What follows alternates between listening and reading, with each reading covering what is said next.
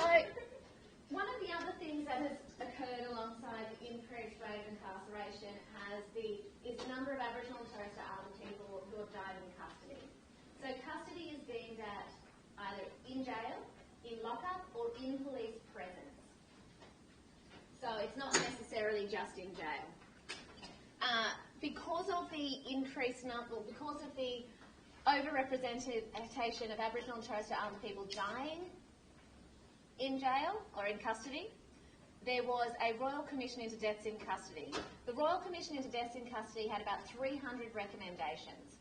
Now, those recommendations all had to be implemented by the states and territories pretty much, because it is constitutionally the responsibility of the states and territories for criminal justice. So, what The Guardian did, and this is a fantastic, and actually I'm pretty sure it's on the Moodle site, fantastic website that The Guardian decided to do. So The Guardian wanted to run a series of articles around Aboriginal and Torres Strait Islander incarceration and deaths in custody. What they found was that there was very little evidence which demonstrated that who had died subsequently since then and what of the recommendations have actually been implemented. Which of the recommendations? Anyone heard of the Royal Commission into Deaths in Custody? Yeah, a few of you? Good. So, of the recommendations that have been implemented, there's a handful of them, most of them have not. One of them is more recent, is the Custody Notification Service. So New South Wales has had a Custody Notification Service for quite some time. What that means is, if someone's charged with a crime, then the police need to make a call to the Custody Notification Service, which then supports that person. So a lawyer is on call to be able to support that person, and they also put wraparound services around that person. So they speak to the family, if they have medical conditions, etc. In New South Wales, we've only had one, maybe two, I think there's more recent one, 2 deaths in custody since then, and they are more recent. So in the 20 years that the Custody Notification Service has been in place, one of them was actually while they were in lockup, and they were in lockup for their own safety. That was Rebecca Mayer. So the Custody Notification Service was not required because she had not been charged with anything.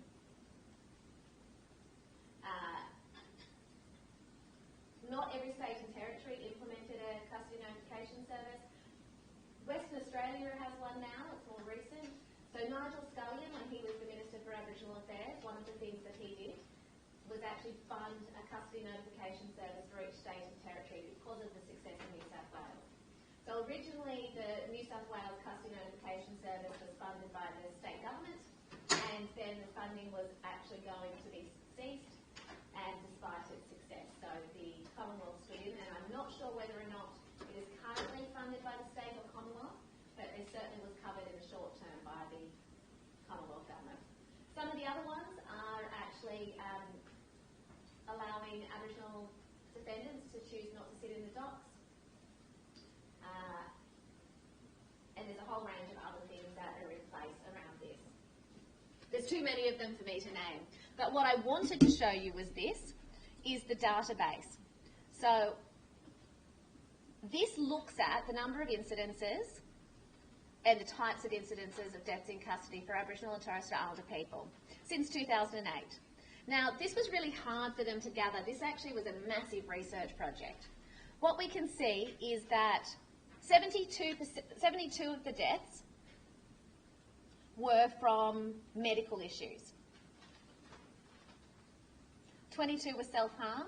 So since the deaths in custody as well, so a lot of Aboriginal people were self-harming or taking their own lives while in jail. We also see that a large number of them were from road accidents. So that will be, when they talk about it being in the presence of police, that might be where they've had, like TJ Hickey, for example. TJ Hickey was a 17-year-old boy that was being chased by police and died as a result of his chase. And then we've got drug and alcohol and drowning. So drowning is there was 2 young Aboriginal boys that were being chased by police, went into a river to escape and they drowned. So that was more recent. We're talking about Royal Commission of Deaths in Custody and the Guardian. So you can see here, New South Wales, Western Australia again is at top of the leaderboard, despite having the least number of Aboriginal people, less Aboriginal people than New South Wales and Western Australia. It's actually about the same number as New South Wales and New South Wales and Queensland combined, despite having a lower population, significantly lower population than both. Western Australia is and not a single person has been charged, by the way, for any of the deaths in custody.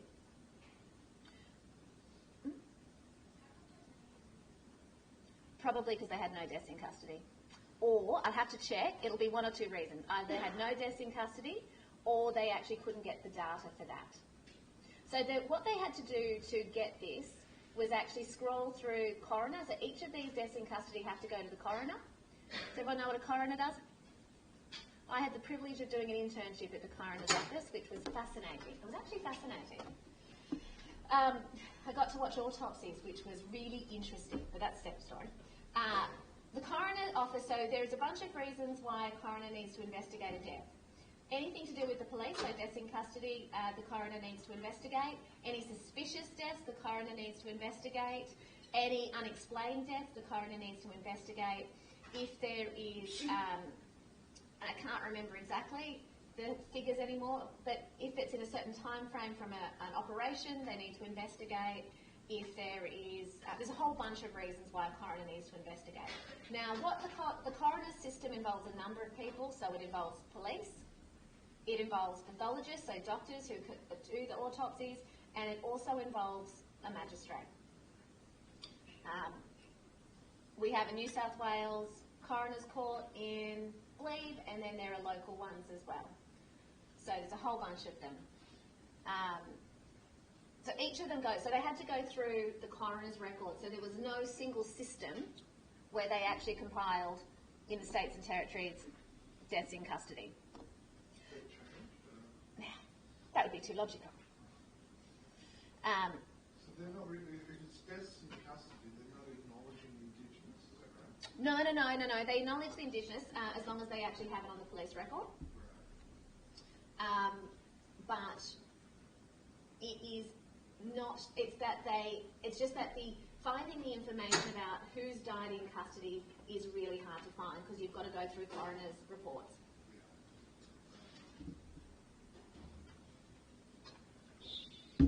So, when you've got medical issues, you can see from this that one of the things that I find really challenging with deaths in custody and police in particular, and I've got friends that are cops and we have these conversations, is that their job is not health. They are not medical professionals, and yet they are required to make the call about whether or not someone needs medical assistance, and if they need medical assistance, what medical assistance they need. For example, if someone is drinking, they get picked up, so they're just put into lock up to dry out, essentially, until they're safe enough to be let out into the world, and they have diabetes. Is a police officer going to know if they're in a diabetic coma or just in a drunken stupor?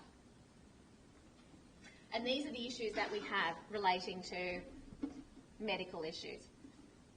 Yeah, I suspect there's a racist culture there as well. Like the difference between Yep. that example, maybe one country is Aboriginal and she's probably Absolutely. And that's actually happened. So, before. I mean, so we've got Tanya Day, a Yorta Yorta woman, who was one of the Victorian deaths in custody. She was picked up on the train by police for being drunk and taken into custody, and she died. So she fell over numerous times while she was in jail, while she was in lockup, hit her head and died because of her head injuries. And this happened last year. and I actually know her daughter. I worked with her daughter. She is someone who's in my community. And she didn't have a criminal record. And this is the first time in Australia that the coroner is, in their considerations, is looking at systemic racism with this particular case in Victoria. So systemic racism is not something that's been investigated previously. So the outcome of this is going to be particularly interesting. So what they actually did is work with the families to actually include their information. So all of the information on here is with permission from the families.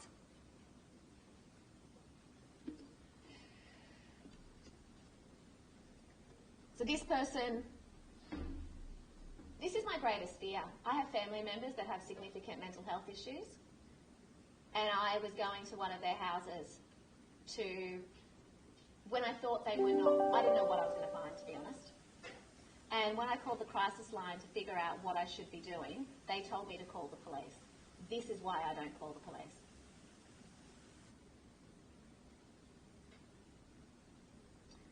Because people don't take mental health seriously.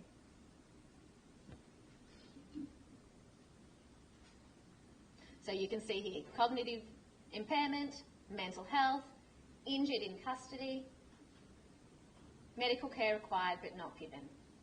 Very similar to Miss Do.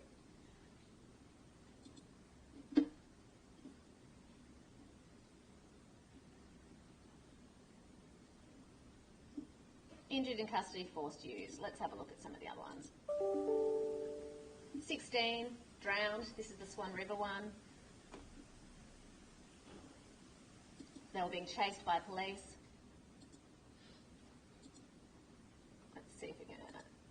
Oh, this one's pretty sad. Died in custody, medical care required but not given.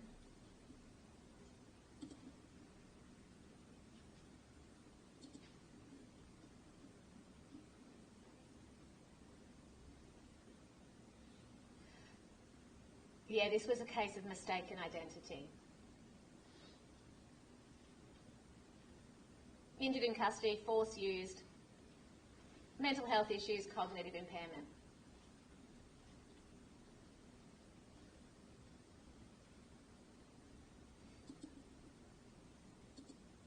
Just picking randomly, don't know which ones.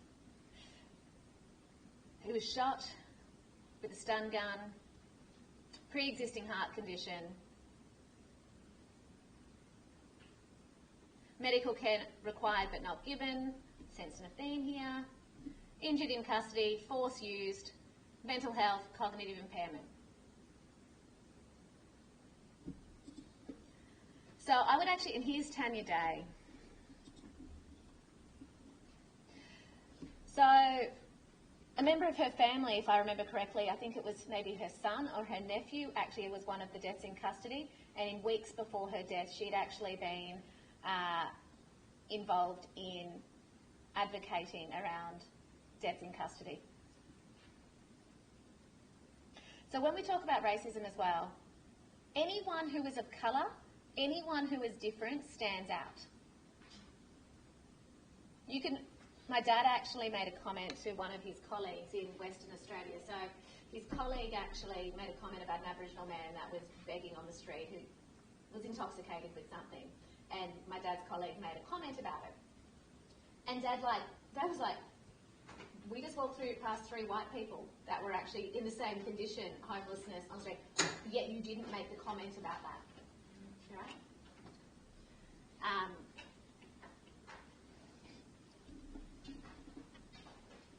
So we stand out a lot more. Maybe not someone like me, because they probably just think I'm at the beach or I've been to Bali in winter. But for many people, they stand out. Let's go back to some of the older ones.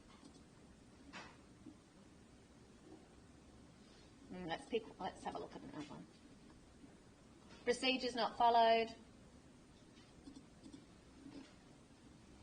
Procedures not followed. I think you get the picture, hey? Do I need to have a look at more, or are we overlooking at really disturbing facts around people dying? We have a lot of fun in these lectures, don't you? You get to hear all of the fun stuff and good stuff about Aboriginal people. Promise it's not always like this.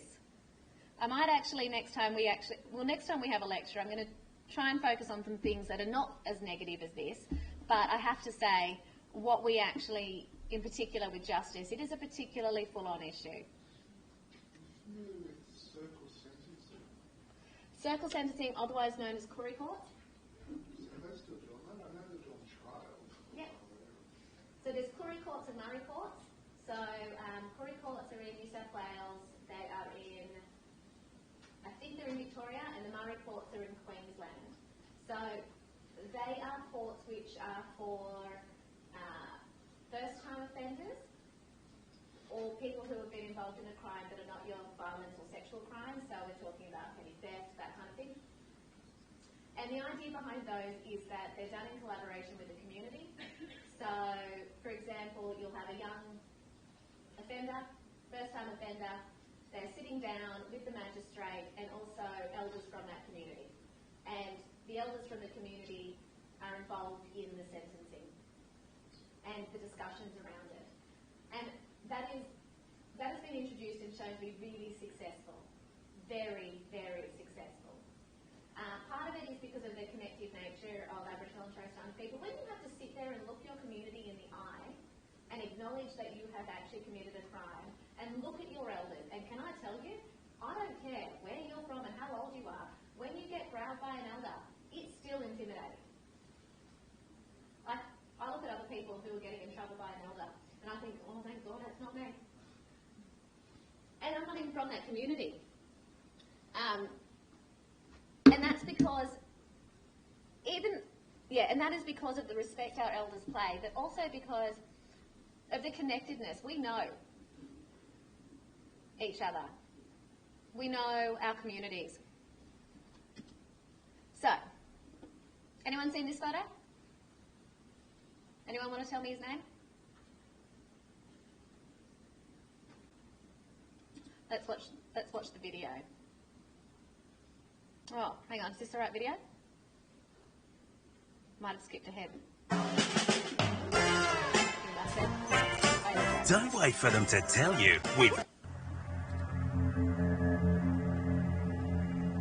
It's August 2014.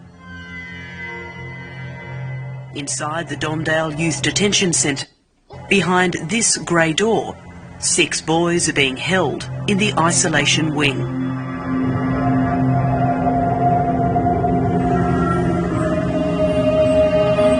As evening approaches, inside the behavioural management unit, a 14-year-old boy is trying to get out of his tiny concrete cell. For 36 minutes, CCTV records the boy using a broken light fitting, trying again and again to open the door. One of the guards on duty this afternoon has forgotten to lock it.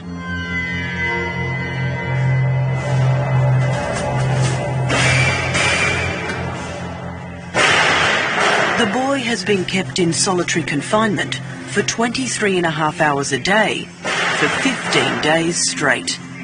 He's lost all sense of time and he's deeply distressed. You need a timeout or not? Yeah, but I've been fucking stuck in there for how long? The boy's been asking the guards repeatedly for weeks why he's being kept in solitary confinement and when he's going to be released from his dark, hot, stinking cell.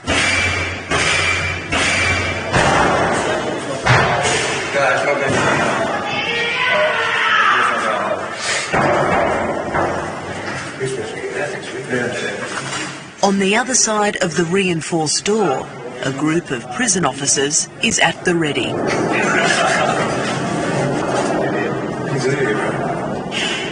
The officers on duty tonight are heard laughing at the boy's anguish. Yeah,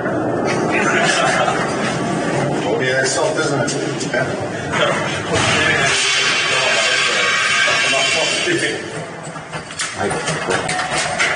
Yeah, it's recording. It says record.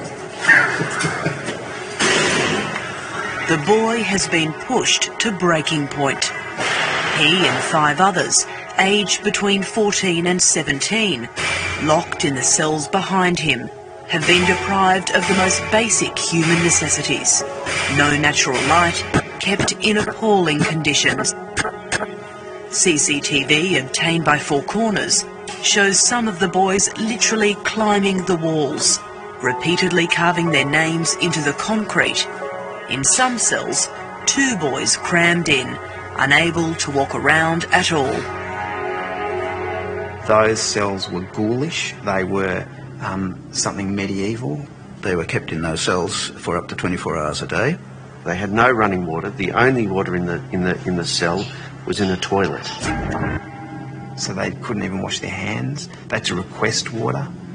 They had to eat food with their hands. Extremely hot conditions. No air conditioning, no fans, no direct breeze flowing into that unit. Reeked of urine and shit. You know, even the staff were referring to them as revolting conditions. How were the boys in there?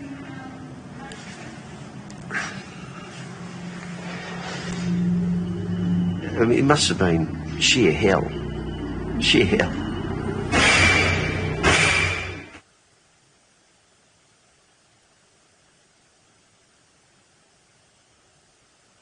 What?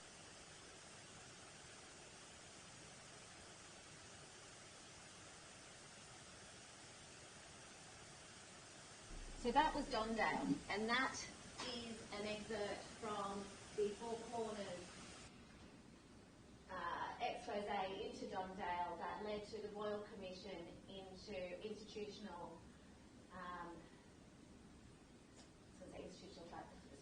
it was the one into child protection and incarceration of juveniles in the Northern Territory, which is the one that Mick Gooder was one of the commissioners. This photo that you see here, this was something that was occurring regularly. This is a 17-year-old boy who'd been in and out of prison. There is documentation to show that he had actually been brutalised in prison over and over and over again as a child. So this is a split hood and a restraint. So this, under the UN Convention of Torture, is considered torture. And we did this to children. Not only did we do it to children, this is currently being used in South Australia. I read a newspaper article yesterday that children in South Australia, this is being done to. So this was when Malcolm Turnbull was Prime Minister, and that Robert Bindor period of Prime Ministers that we had. And this is when Nigel Scullion was the Minister for Aboriginal Affairs.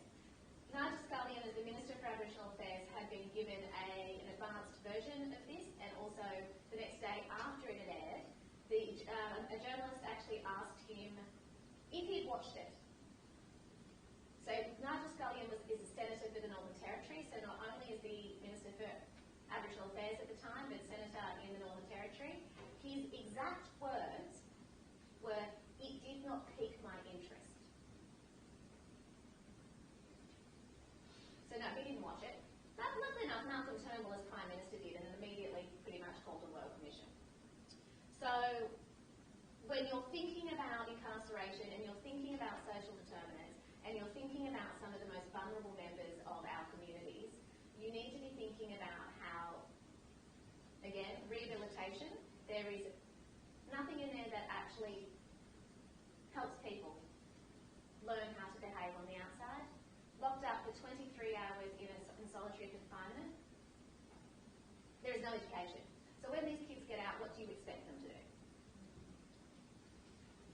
They're also moved from anywhere in the Northern Territory to Darwin, where this is, so they have no family contact necessarily because it's a long bloody way. There's very little public transport even within, the outskirts of Darwin.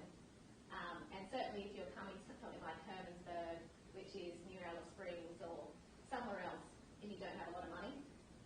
So when you think about the criminalisation of Aboriginal and Torres Strait Islander people, it starts young. And it starts in really horrific conditions. And the Royal Commission the Northern Territory Government, contrary to the findings of the Royal Commission, so they don't like this juvenile justice centre because it's considered barbaric, so they're just building a new one. So we have seen that Amnesty Australia has actually done reports into juveniles incarcerated in Queensland. We actually have juveniles incarcerated in Queensland alongside adults. We have juveniles that are held in lockup, so that's in police stations. So you can imagine a child as young as 10 being held in lockup, and we have 17-year-olds that were placed with adults. Oh, don't want that again, sorry guys. So, yeah.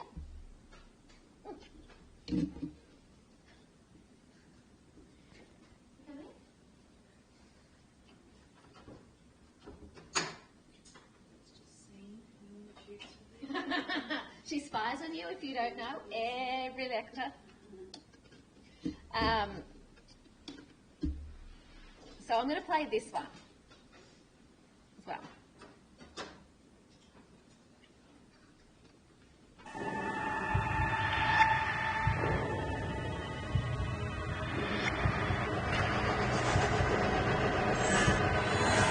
The Redfern Statement offers a blueprint for change. For far too long, there have been numerous reports that have gathered dust in the halls of Parliament, Canberra and other places. Aboriginal and Torres Strait Islander people deserve much better. It's time for Australia to address the burden of trauma that has been passed down from generation to generation among our people. Trauma affects the way that we think, act and behave and comes at enormous social and economic cost. At least 50% of all Aboriginal people have some form of disability or long-term health condition. Yet despite this, the needs of the vast majority of Aboriginal people with disability remain largely unmet. Aboriginal and Torres Strait Islander incarceration rates are worse now than at the time of the Royal Commission into Aboriginal deaths in custody. Our young people between the ages of 10 to 17 are 26 times more likely to be in incarceration than their non-Aboriginal and Torres Strait Islander counterparts. Aboriginal family violence prevention and legal services turn away up to 30 to 40% of women contacting our services for their safety because our work is significantly underfunded. Aboriginal and Torres Strait Islander children are being removed from their families, culture and their communities at almost 10 times the rate of non-Indigenous children.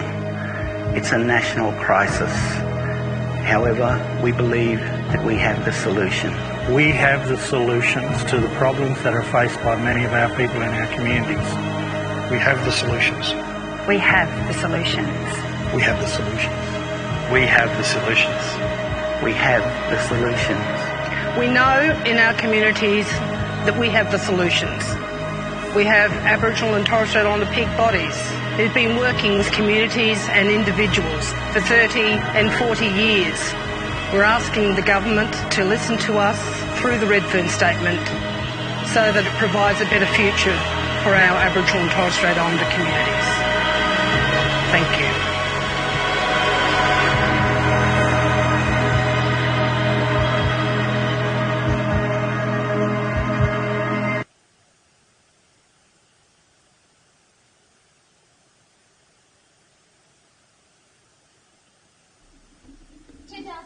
The Redfern Statement was actually released.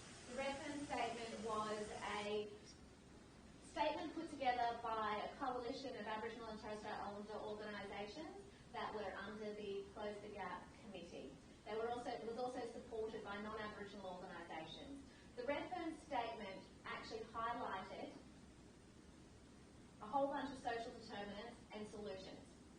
It was actually launched with Linda Burney from the Labor Party at National Congress of Australia's First People, which is the peak Aboriginal health, or the representative body for Aboriginal and Torres Strait Islander people, which is now in administration because the government cut its funding. I used to work there. We lost our funding a couple of days before Christmas and our staff went from 37 to 12. I was one of the 12 So the Redfern statement talks about disability, it talks about housing, it talks about education. It actually takes a social determinants approach, but unfortunately has never actually been adopted by the Commonwealth Government. It's never even been acknowledged by the Commonwealth Government as a blueprint, as Jackie Huggins, which was the first person you saw, actually mentioned. So I wanted to actually say that because we talk about all of these things, we looked at the statistics this morning, but what we actually need to look at is the solutions, and there are people out there talking about solutions. And the Redfern statement actually has a comprehensive social determinants approach to not just justice issues, but also to housing and education and a whole range of other things. As I said, we are locking up people as young as 10. And this is another really good video that I'm only going to play you a little bit of. Who's heard of Briggs? Who's heard of AB Original? Yeah, love AB Original. Best song was January 26th. Briggs did a series with Vice, and they actually looked at juvenile incarceration. So I'm just going to play you a little bit of this because we're actually running out of time, and I've got a few other things that I want to talk to you about.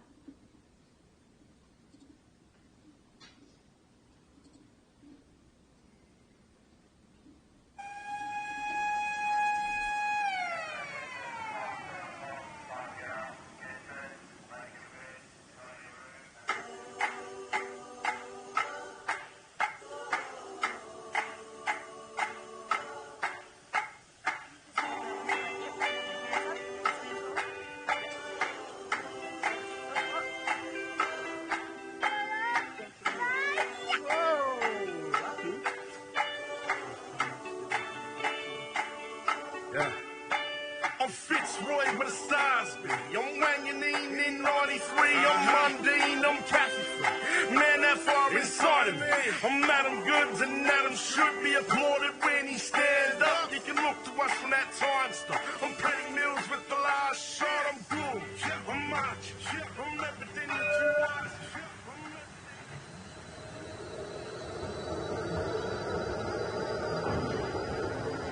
So, where does Keenan's story start? Growing up on the block in Redfern and just seeing a lot of craziness, man. Like people drinking all night, you know, smoking yandi all night, walking past people, you know, injecting drugs and overdosing and selling drugs. And as a young boy, I lost both of my parents, and you know, I got two older brothers, and I was separated from them. So I think I started exploring and asking questions in them early teenage years. Why would they take my brothers away from me? Why won't they let me see my brothers? As a young boy, man, all I wanted, you know, I didn't have my mum and dad. All I wanted was my brothers, man. What age do you feel like you started going down the wrong track? 14. Yeah. 14 when I left school, and I started looking up to the wrong people and reconnecting with my old community where they try to remove me from. A lot of the people that I was hanging around at the time, they taught me how to navigate the madness, but you know, take care of yourself on the streets. Unfortunately, it was the wrong way. When you first went away, was that a shock? Sort of broke me and made it normal that the lifestyle I live, you know, these are the natural things that are going to happen, and there's no use fighting it or resisting it. So you just go with it, do your time, get out, we'll do it all again. Since I turned 14, I think I only spent my 16th birthday out, so I was in and out for that whole time. I turned 18 in the boys' home, come out, and that led me to adult prison then. After my first bout in adult custody, I got out refreshed and re-energized and, you know, ready to make a change, but I didn't know how to. Yeah. No one around me knew how to help me change. I didn't know where to go, and I just fell back into the trap, man. You know, done what I was taught to do, survive. So what did you do when you decided, like what was the, when you decided that that was it, what was the first thing you did? I started really thinking about my situation, and I had the opportunity to do a diversionary program inside of a prison where, you know, we're sort of isolated from mainstream population, and they teach us some of these key skills and social skills, and yeah, you know, that was. And was that like the thing that helped me a lot, because, you know, I didn't have the skills to walk out and do it from day dot. Yeah. So they do a lot of therapeutic classes for 6 months. Then they give you another 6 months after that to go out in the community slowly and put it into practice with the support there, that if you know, if you break the law, you're going back to prison. But if you go out and you have a drink or have a smoke, or, you know, you do something, you come back and you sort of address why.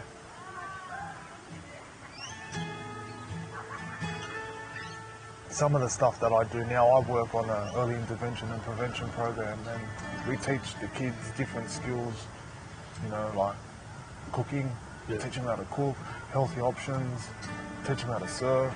You know, we do all of these things, but before we take them out on programs, we talk about, you know, rules and boundaries and respect and property and stuff that I never got taught as a kid. No one even talked about this stuff to me. You know, they just think it's organic, or it's the school's job to teach it. You know. Do you see yourself in a lot of them? I see myself in them every day, man. It brings up a lot of stuff, but it makes me really passionate, you know, to give these kids the skills to navigate their way and stay in high school, and, you know, stay engaged, and, you know, stay out of this system, man. Yeah.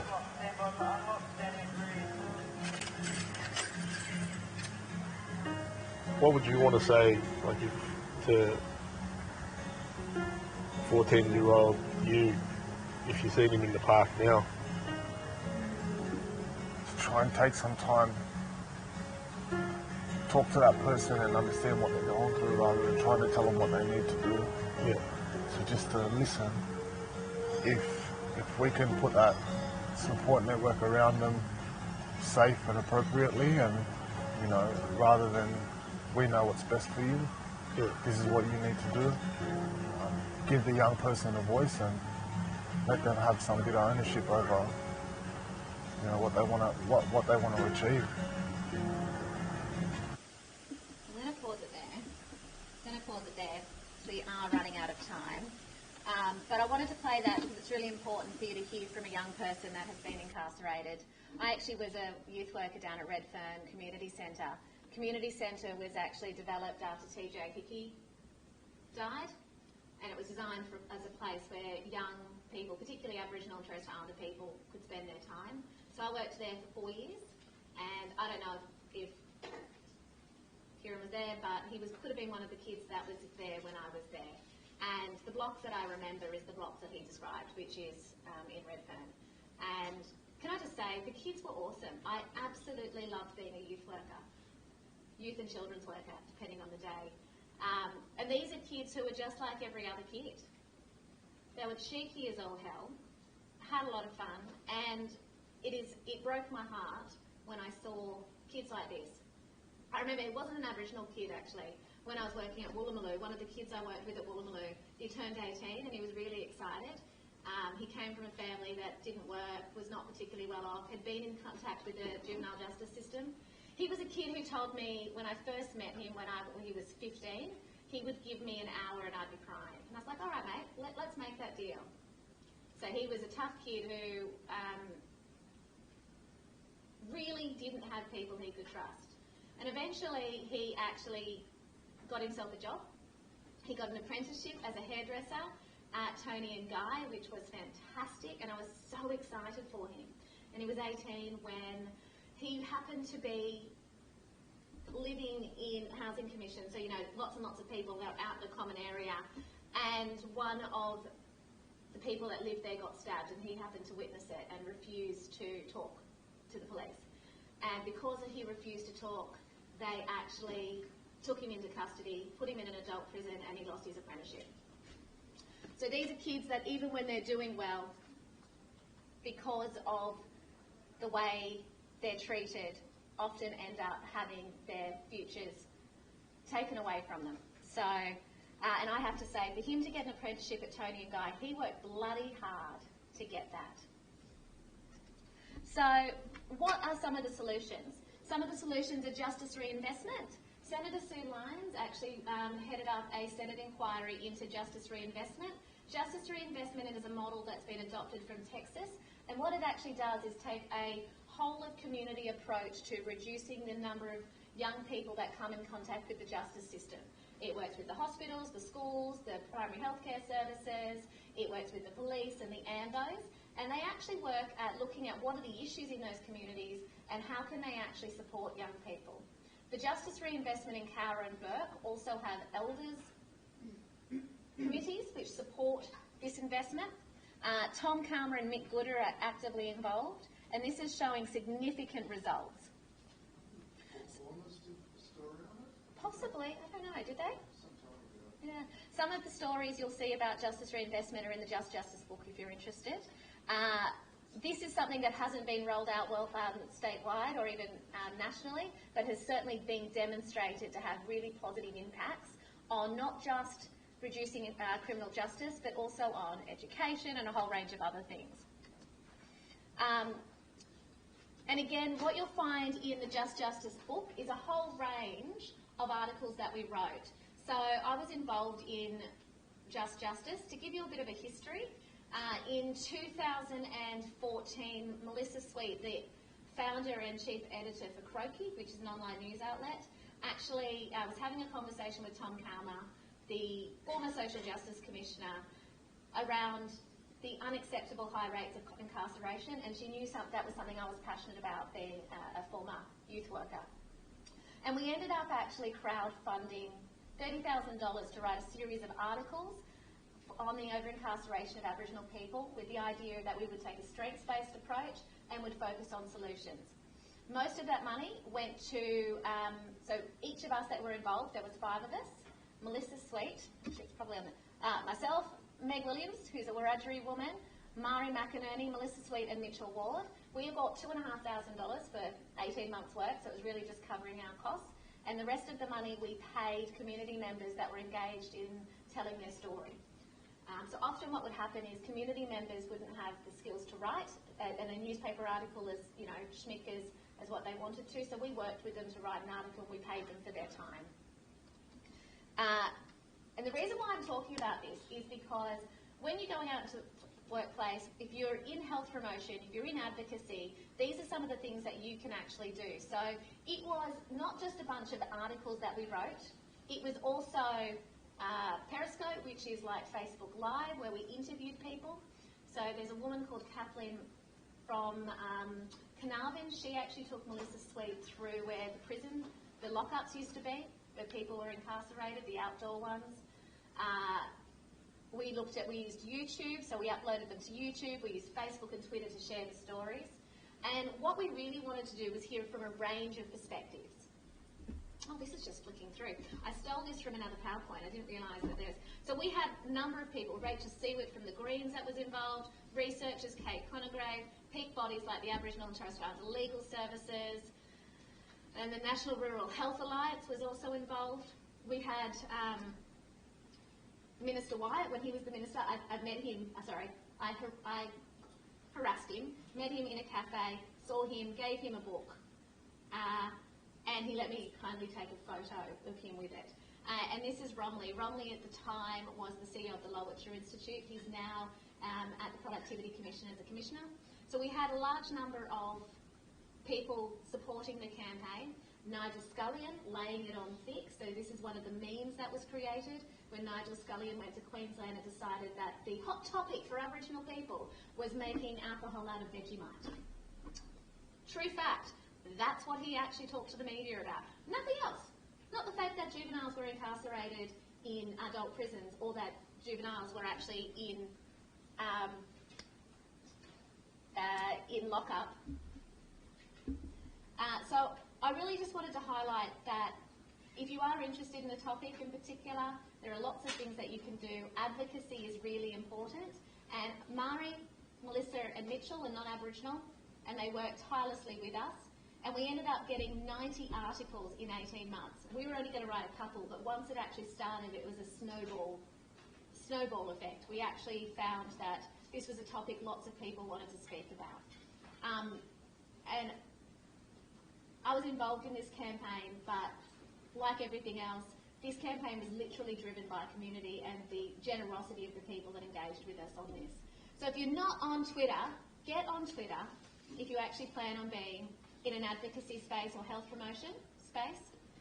It is a way that you can campaign and advocate. We would not have connected with Richard Di Natale from the Greens, Senator Sue Lyons. If you genuinely want to be involved in advocacy, you need to be on Twitter. And that is my lecture for the day over. I will see you guys either after the holidays or in my shoot this afternoon if you're in my shoot. If you have any issues before the holidays, I've put up some times that you can come and have a chat to me, so let me know.